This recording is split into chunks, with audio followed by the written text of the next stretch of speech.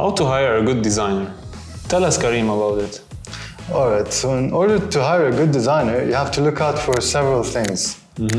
First of all, like if I'm hiring a good designer, first of all, I need to post like the requirements of type of designer I'm looking for. Then the first thing when the applications come in, first thing I look at is the portfolio. I care about that more than the actual like work experience or where they've worked. If a designer doesn't have a portfolio, that's the first red flag. You need something tangible to judge on. Exactly. Yeah. Once I'm looking through their portfolio, I also look for several things. First of all, I need to make sure that they have enough work in their portfolio, which shows that they're experienced. Eligible also. If I'm looking for a well-rounded designer, I need to make sure they have enough diversity in their work, like different types of projects. And I need to make sure that their work looks good. I also need to make sure that the work that they have in their portfolio is actually theirs, as in they haven't plagiarized it or copy-pasted it. After looking through these things, I also look at their experience. I look at their education as well. Have they studied some other field and then moved into design without having a formal education or training? Or did they actually study design theory and all of that stuff and then stayed in design? Of course, after that, we set up interviews. And in the interview is where you can actually get to know the designer you're hiring. Definitely, a face-to-face interaction will tell you more about the person. Exactly. So, and where can you find these freelancers? Well, you can either post job posts on like sites like LinkedIn or Indeed, or you can look through Behance, or you can look through Dribbble. You'll find like usually the good ones have accounts over there and they have their portfolios there. So that's a good place to search. Yeah, I think some of them are also being promoted. Like so some of their projects have been like showcased somewhere. Yeah. True.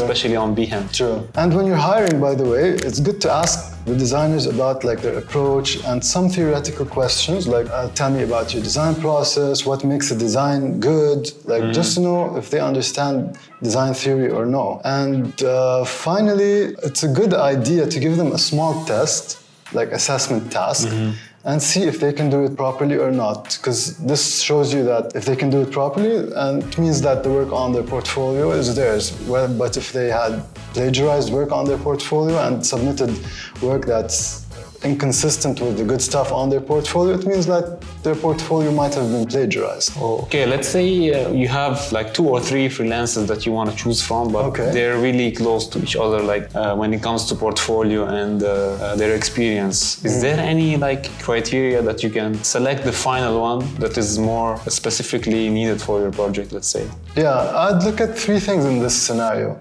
First of all, I'd look at the one that has the most experience in the industry that I need. For example, let's say I need a website about cars. I'd look for someone who has experience making websites about cars, because they know what it's about, they know how much more specific in that domain. Take. And they've done it before, basically. Second thing I look out for is like the personality. Are they responsible? Are they reliable? Are they honest? Are they easy to work with? Are they too rigid? Are they flexible?